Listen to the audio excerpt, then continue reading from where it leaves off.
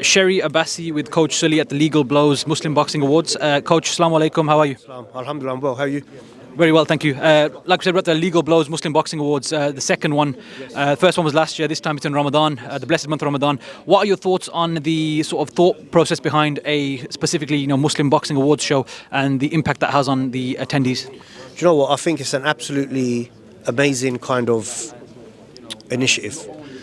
First and foremost, we do need to highlight the importance that the Muslims are playing in the sport of boxing, especially in the professional game as well.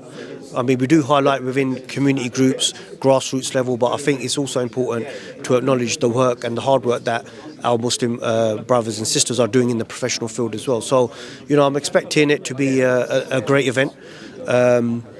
And again, there's a lot of outstanding individuals that are going to be here. Shabazz Masood, who recently won his IBL world title. So it would be great to kind of have a number of Muslim boxers in and celebrating their achievements. Absolutely. In terms of the current, like you said, the current generation, the crop of Muslim fighters, obviously we've got a lot, over the history we've had plenty, but currently there seems to be a lot of fighters coming through. What is your sort of view on the level of coaching available currently and the sort of the level of coaching in the UK as well? What are your thoughts on the professional level? Do we have some of the best coaches in the world right now? From a Muslim perspective, I think we can. I think the most important thing is for Muslims to get into this, into the professional game. Once you're in there, there are a number of non-Muslim coaches who we can kind of learn off. And I've worked with a lot of non-Muslim coaches. Ricky Funes, who currently trains with Hamza Shiraz. I've had the opportunity to kind of work alongside him when working with Hamza at the time. And you do learn a lot. And at the moment, we do have a number. But when you're looking on the televisions and we see our Muslim fighters that are fighting, is there always a Muslim coach with them? No. So I think what we do need to do, yes, we are getting a number of Muslim athletes, professional boxers, but we also need to kind of push getting young Muslim coaches into the professional game as well. And I think in time, it will happen. We do have a few, don't get me wrong. We do have a few, but I'm sure there's space and opportunities to increase that. In terms of yourself, Coach, just wanted to know a bit about your story. How did you find yourself ending up in the sport of boxing? So I run a boxing club called Touch Gloves Boxing, which has been running for about 15, 16 years now. All grassroots, recreational. So a lot of the work I've been doing with massages as well. So getting the young people off the streets, getting them into boxing, all age groups as well. So I've been doing that for a number of years. What I also do is I used to get a lot of professional fighters, especially Muslim fighters, to come into the club and engage with the young people. And just through networking through them, I was able to kind of tap into the professional game. And alhamdulillah, I think 5 years, I've got my professional boxing license. And now I currently work with Umar Khan as well, who is 11-0 undefeated and WBC youth champion as well. So it's a journey that I wasn't expecting. For me, it was stick with grassroots, work with the youth, and get them, into amateur clubs, etc. But Allah opens doors in mysterious ways. So for me now to be a professional Muslim coach, boxing coach, and working with Muslim professional boxers, it's a blessing, alhamdulillah. On that note, what have you found to be the biggest difference that you've seen yourself through your personal journey between the amateur circuit and the professional boxing ranks? Huge difference. I mean, a lot of people who are amateurs and want to become professionals, when they turn over, they don't really have that style to suit the professional game. So I think whether you're an amateur and you want to turn pro, use the amateurs as experience, a learning experience, getting into the ring and having those fights as many as you can get.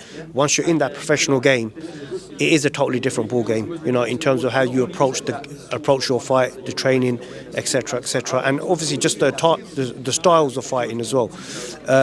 But yeah, it is different. I mean, for me, it was more from a recreational perspective, jump into the professional game.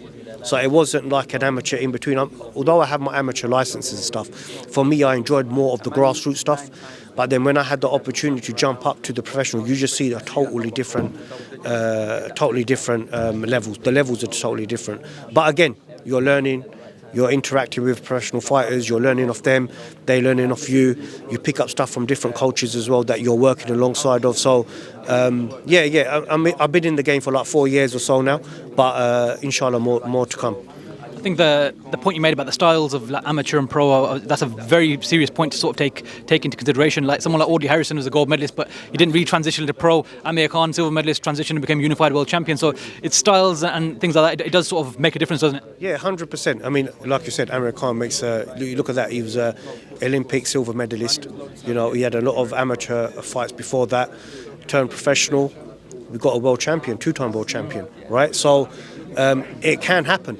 But again, it depends on the style of the individual, I guess, and the fight. So, you know, you could have a particular style in the amateur game. It might not fit in the professional game, or you might not be able to make that change or that transition over. But I think a lot of people are understanding that now, especially those that are in the amateur games, and their coaches are saying, look, use it as a platform, as a foundation to get that experience, to get that ring craft, if you like, to work on certain things. And when you do turn over, I'm sure your style will fit in, but you will have to make certain adjustments as well. Absolutely. Just to close, Coach, just a few words on the passing of George Foreman, one of the all-time great heavyweights, an icon not only in boxing, crossed over into the mainstream. You know, a lot of people know him for the George Foreman grill, but that was, you know, something that came way after. You know, the oldest heavyweight champion in history at this moment in time. What are your thoughts on George Foreman's legacy and the sort of lasting impact he's had on the sport? I mean, look, I can't even look to speak on his legacy. It stands for itself. Just what he's achieved in the sporting career and the whole world on him in terms of his work. And we know the fights that he's had with first the famous Rumble in the Jungle, Muhammad Ali. So yeah, I mean, it's a great loss for boxing, 100%. And I'm sure he will be missed within the sport of boxing. I'm sure there will be tributes coming out on shows moving forward after that. But yeah, it would be sorely missed. And you know, I mean, I've got a son as well who likes watching the old school fighters, if you like, and that was one of his kind of fighters that he looked up to as well as a heavyweight. So yeah, he surely will be missed, but I'm sure looking back on his career and looking at his achievements and his style of boxing and how he fought, I'm sure he won't be forgotten, for sure. Thank you for your time, Coach. Appreciate it. Assalamu alaikum. Thank you.